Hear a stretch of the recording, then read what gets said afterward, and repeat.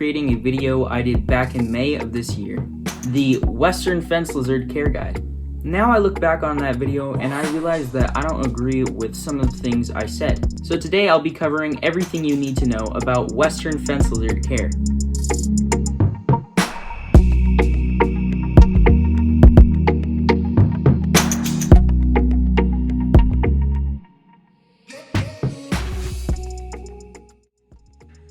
So when considering getting a new reptile, you want to know how big it gets. Lucky for you, Western Fence Lizards don't get all that big. Hatchlings will be around 1 inch in length. Females like this girl will be between 6 and 7 inches in total length.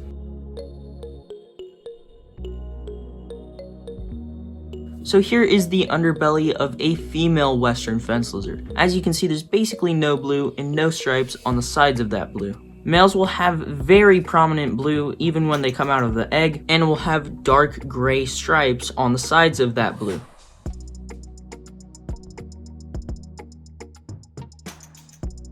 A lot of the time you're going to hear people saying the minimum enclosure size is a 10-gallon. I 100% disagree with this, and here's why. A 10-gallon enclosure measures 20 inches by 10 inches by 10 inches. This means if you put a heat lamp on one side of the enclosure, the other side of the enclosure isn't going to be much cooler than that. When there is a substantial difference in temperatures in the enclosure, we call this a temperature gradient. It is impossible to get a temperature gradient in a 10-gallon with a basking lamp. So what is the minimum enclosure size for a Western Fence Lizard? Well, in my opinion, it is a 20-gallon long. Western Fence Lizards are terrestrial lizards, meaning they spend most of their time on the ground. This is why a 20-gallon high would not work well for them. Now you may notice that I'm listing aquarium sizes, but that's not the only thing you can house these guys in. I personally use an 105-quart Sterilite tub, which is equivalent to 26 gallons. In a 20-gallon long, you can house up to 3 Western Fence Lizards, but in an 105-quart bin, you can house up to 5 Western Fence Lizards. Now, if you're going to use a plastic bin, you're going to have to make the ventilation yourself. What I do is I cut a giant hole in the lid, and then I just glue window screen to the lid with hot glue, and then it gives the enclosure good ventilation. My opinion on Western Fence Lizard's substrate has changed entirely since my care video on them. In that video, I said I recommend using a non-loose substrate such as paper towel. The reason for that was because I was very scared of impaction. Impaction is where an animal eats something and it gets clogged up in their digestive system. This prevents all food from moving past their digestive system, leading to death. As long as you're not feeding your lizards straight on the substrate, there should be no problems with impaction. Western Fence Lizards love to burrow. This is what they do at night to keep themselves hidden and warm. I like to use a mixture of Fluker's natural sand and eco earth. So basically, to sum it up, I recommend using a loose substrate. To help your lizards feel safe, you're going to need to put a couple different hiding places in the enclosure. On the hot side, I like to use a rock hide that doubles as a basking spot. On the other side, I like to use a fake hollow log. You don't have to go with natural looking hides though. You could very easily go with something like a Pangea reptile hide. I also recommend providing some enrichment such as logs that they can climb over, just something for them to do in the day. Western Fence Lizards require heat from above. This means a basking lamp, and they will also need UVB. To save you a couple bucks, there is a good alternative to those expensive reptile lights. That would be the halogen mini domes. These fixtures are $10 a piece compared to your $40 incandescent fixtures. The other thing is the bulbs are 10 times as cheap.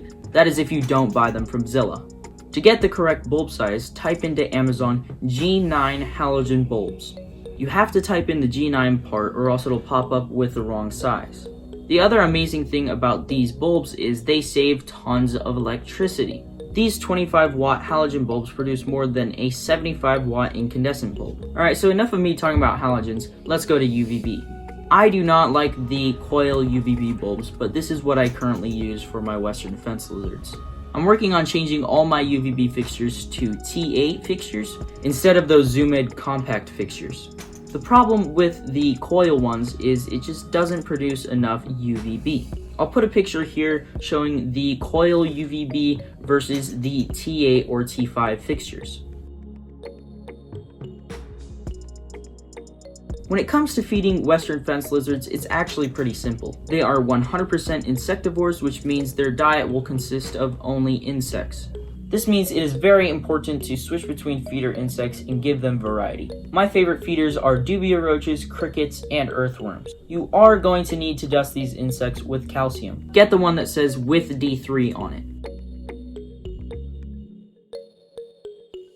While water is a very simple thing with desert species, you are going to have to follow a couple rules when giving your water to your lizard. Number 1, it can't be tap water unless you use Reptisafe with it.